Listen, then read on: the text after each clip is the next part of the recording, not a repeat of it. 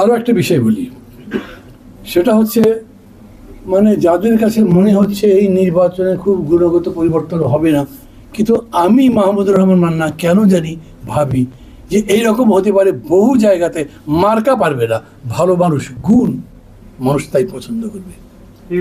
হয়তো দেখবেন যে বড় মার্কা বিশাল বিশাল মিছিল করছে, কিন্তু ভোট পাচ্ছে যার অনেক বড় মিছিল হয় নাই, কিন্তু লোকে মনে করে এই লোকটা ভালো, তাকে ভোট দিয়ে দেবে। উনি জিতবেন কি না তাও আমি বলছি না, কিন্তু ভোটের ব্যবধান যে হবে সেটা আমার এতদিনকার অভিজ্ঞতা, আমার সিক্স সেন্স পেছন থেকে কি আমাকে বলছে এই পরিবর্তনটা হবে। আমি নিজে এইরকম জিনিস দেখছি। I M a very small man, honestly. আমি কিন্তু কোনো বিনয় করছি না।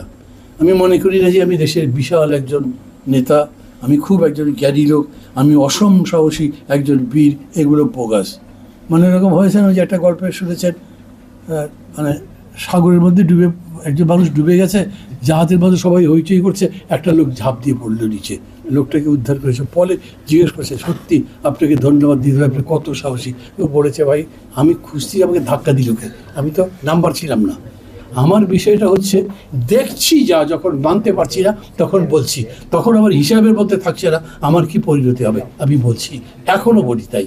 এবং এই কারণে আমার বন্ধু শত্রু হয়ে যেতে পারে, আমার সৌভাগ্য বন্ধু শত্রু হচ্ছে না। বন্ধুরা বুঝতে পারছে আমি যুক্তির সাথে বলছি, এবং আমি মনে করি বলাটা চালিয়েই যেতে হবে। আমি ডক্টর ইউনূসকে খুব সাপোর্ট করি যখন উনি বলেন, আপনাদের কথা বলেন, যা বলতে চান তা বলেন, আমাকে সমালোচনা করতে চান সমালোচনা করেন, নাহলে আমি ভালোভাবে শিখবো কীরকম করে। উনি যদি কথা বানিয়েও বলেন তবু কথাটা ভালো, অতএব কথাটা বলতে হবে। এবং সেই কথাই আমি বলছি, মানুষকে তো এখন সিদ্ধান্ত নিতে হবে। নির্বাচন খুব ভালো হওয়া দরকার, আমি তো মানি, সবাই মানবে। যার কাছে যান তিনি বলবেন নির্বাচন ভালো হওয়া দরকার।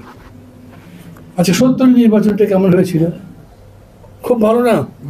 বাঙালি জাতির জন্য একটা অবিস্মরণীয় ঘটনা। কিন্তু কোন ভোটার তো 10-20টা করে ভোট দিয়েছে। আমি নিজেই দিয়েছি কতগুলো ভোট, আমি বুঝি না ভোট মানে বেশি ভোট মানে কি।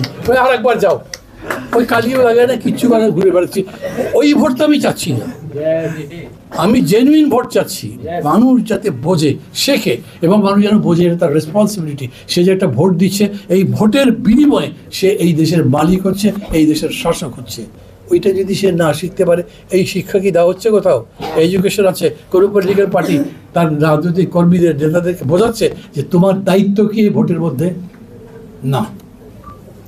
এই যে কেউ কেউ বলেছেন, আমিও বলেছি, এবং যারা বলেছেন তাদের ধন্যবাদ দিই, সংস্কার নিয়ে যে এত কথাবার্তা হচ্ছে না, 100টা পণ্যের উপরে ভ্যাট দিয়ে চালু করে দিয়েছেন। তারপর আবার কিসের সংস্কার? ওটাই তো সংস্কার। খা বা না খা, মর বা না মর, আমার তো IMF-কে মানতে হবে। পিওরলি সবাই বলছে IMF-এর সাজেশন, সেটাতে চলছে। এরপরে ওয়ার্ল্ড ব্যাংকের সাজেশন দেবে, তাই হচ্ছে। তাহলে সংস্কার মানেটা কি? যে কোনোভাবেই বলেন না কেন, যেরকম বলি বিপ্লবটা কি, যদি কোনো বিষয় বা বস্তুর গুণগত রূপান্তর হয়, পরিবর্তন হয়, তা না হলে কিন্তু বিপ্লব কিংবা তাকে একটা গুণগত রূপান্তরের কথা বলতে পারবেন না। আমরাও যখন সংস্কার করছি, তার মানে কি, জিনিসটা এখন যাচ্ছে তার চেয়ে ভালো করতে চাই। সেরকম কি হয়েছে? সেরকম যদি টাইমের কিছু থাকলে বলবেন, আপনাকে কিন্তু টাইমের কনস্ট্যান্টের আগেই বলবেন।